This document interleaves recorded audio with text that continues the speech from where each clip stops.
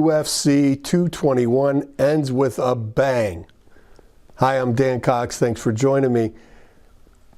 Man, what can you say? Some big fights. Last night, the main event, Luke Rockhold goes up against Yoel Romero, the soldier of God. And I've got to tell you, he looked like a soldier of God to me. This is a 40-year-old man.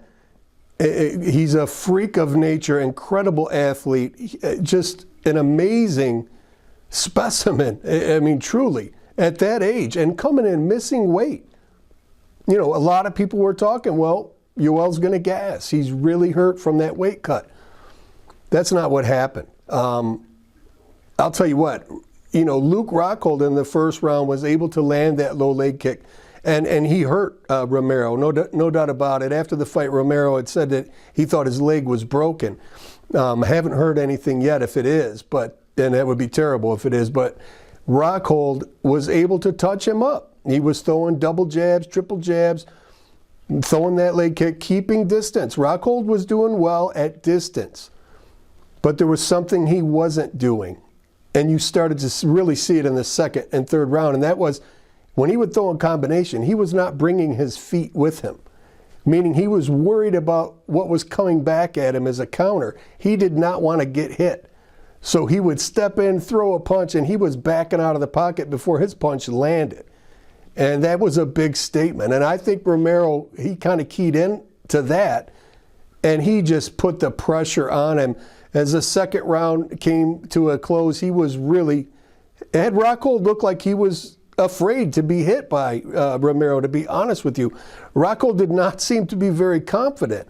And in the third round, you've seen why. I mean, incredible athletic moves from Romero. His ability to, you know, explode and just throw heat. Every shot was to rip your head off. Rockhold got caught with a big left over the top, dropped him, and Romero threw an uppercut very similar to Ngannou's against Overeem. And he just separated Rockhold from his consciousness with that uppercut, ended the fight. You know, you couldn't have a better ending for Romero, and you couldn't have a worse ending for Rockhold. Big, you know, this is a huge statement for Romero, who would have won the title had he made weight. Now, there was all kinds of excuses, and listen, at the end of the day, there is no excuse. 5 weeks, 6 weeks, you're a professional, you've got to make the weight. You know, but a guy that's 40, carrying that much muscle, it's amazing he makes that weight. And at the end of the day, we're going to see him fight the champ again in the rematch against Whitaker.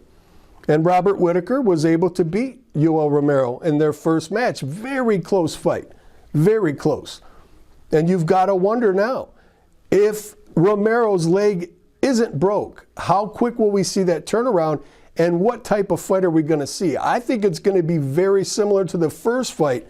We just will not see Romero going for all of the takedowns. You know, it was an amazing, he really put on a clinic, did Whitaker, with takedown defense and the ability to get back up.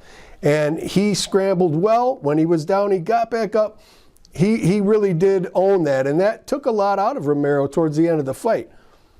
But nevertheless, Romero is on a mission, and you can't bet against this guy now. I mean, how can you bet against him? He is a stud. So, Rockhold, what happens to Luke Rockhold? Now, you had heard Bisping, last night saying how bad of a defeat it was when he beat Rockhold and knocked him out in the first round. And it was. But listen, guys, that was being knocked out by Michael Bisping, who's not known for his power at all, who Rockhold really thought wasn't up to his level and he was going to walk through just like he did the first fight. That wasn't what happened, and it did take a lot out of Rockhold. He did disappear for a while. But this fight is different. And I'm saying that because I watched him in the cage not want to engage, not want to stand in the pocket and throw. He was really concerned about catching those bombs coming back at him. And that was a different look there for Rockhold. I've got to say, normally he is very confident. When he throws hard, and he puts everything into it. Soon as he got touched with Romero's power last night, he didn't want nothing. He was from the outside, touch and back up, touch and back up. Romero made him pay. What does he do after this? I don't know. I don't know that Luke Rockhold is the same fighter mentally after that fight last night, especially that knockout. You know, he's an incredible talent, elite athlete. But Romero at 40 is just that much better, just that much more explosive, just that much more powerful. And, I mean, who am I to say? The soldier of God, I think, is very fitting for Yoel Romero. He is tough. And speaking of tough, the co-main event, the 43-year-old Mark Hunt, really, I mean, a lot of people were sleeping on Hunt. He went in there against Curtis Blaydes. First round, Hunt, very relaxed, does what he does. Threw that right hand as a counter, caught Blaydes, took his legs from him. I thought the fight would be called any second. And Blaydes shot in, got a double leg before he even had his wits about him, was able to get his wits about him and realized, I don't want to stand up with this guy. I need to keep this fight on the ground, and that's what he did. And he was able, I mean, he was this close for that fight being over, just one shot away from being knocked out. And Hunt was trying, but the wrestling was the factor for Blaydes. Incredible performance. Again, I thought that Mark Hunt looked as good as he's ever looked at 43. I mean, amazing. He was in great shape. But his game has never been on the mat. He is a striker. And if you want to beat Mark Hunt, keep him on his back. That's the only chance you've got. If you stand up with Mark Hunt, you're most likely going to be carried out of the ring. So a big fight for Blaydes. I think he's moved up the ladder. That's a lot of experience in that fight for him, especially after being rocked like that. He had never been rocked that way before. So that was really a great night for Curtis Blaydes. He learned a lot. He knows what he can take. He knows exactly what to do when, I think he said he's seen black for the first time. He shot in for that double leg. Stick to what got you to the dance, guys, and that's his wrestling. And he did. He took that fight. But I've got to say, we have a heavyweight that is an amazing-looking young, and they mentioned it last night, that he was similar to Mark Hunt. And, you know, from the same part of the country, right? But, wow. Tia Tavasi was athletic. Even though he doesn't look, he's got that Mark Hunt body, right? You don't see a chiseled guy, but he is incredibly athletic.